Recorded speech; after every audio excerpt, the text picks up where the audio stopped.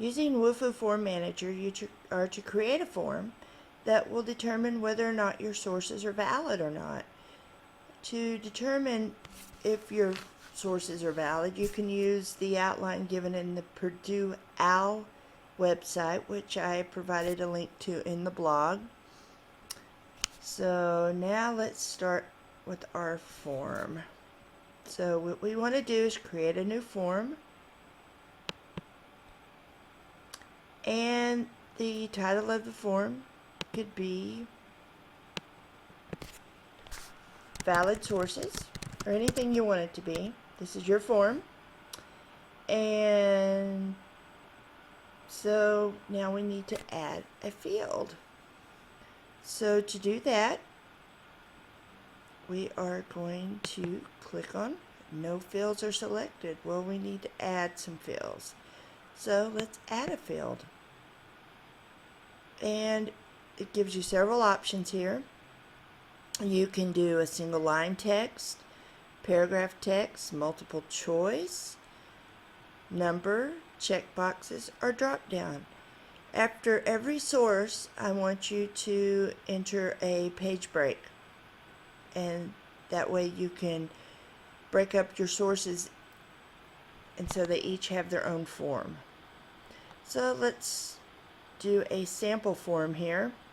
Let's start with the single line, and the title of it could be, let's see, title of journal article.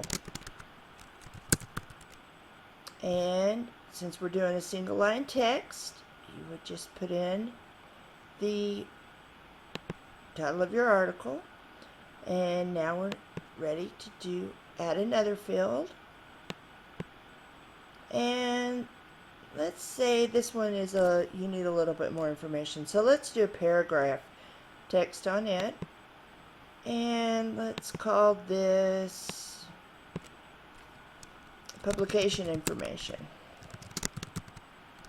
And this will be where you enter the year, volume, issue number of your article. Or if you have a book, you could put in the publication information, such as where it was published, when it was published. All of your sources need to be within the last 20 years. Since we're doing the civil rights movement, it would be okay to have some from the 60s actually. So now we're ready for another field. Let's say you want to do a drop down.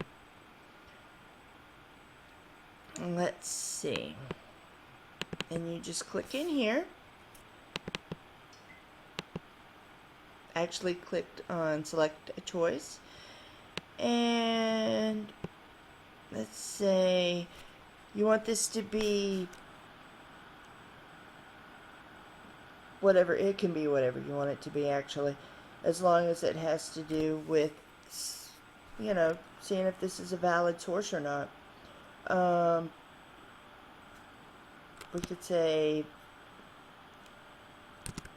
valid source, and then your first drop down could say yes, and your second one could say no. Now we're ready to submit our form. And to do that, we need to save it, which is down below here. Let me move this so you can see where the save form box is. And I'm finished. Of course, I'm going to want you to have more in your form, but this is just to give you an example. So take me back to Form Manager, and then I'm going to want you to share your form with the group, because this will all be something that we will go over together. And so make your form public, and that way we can all see it.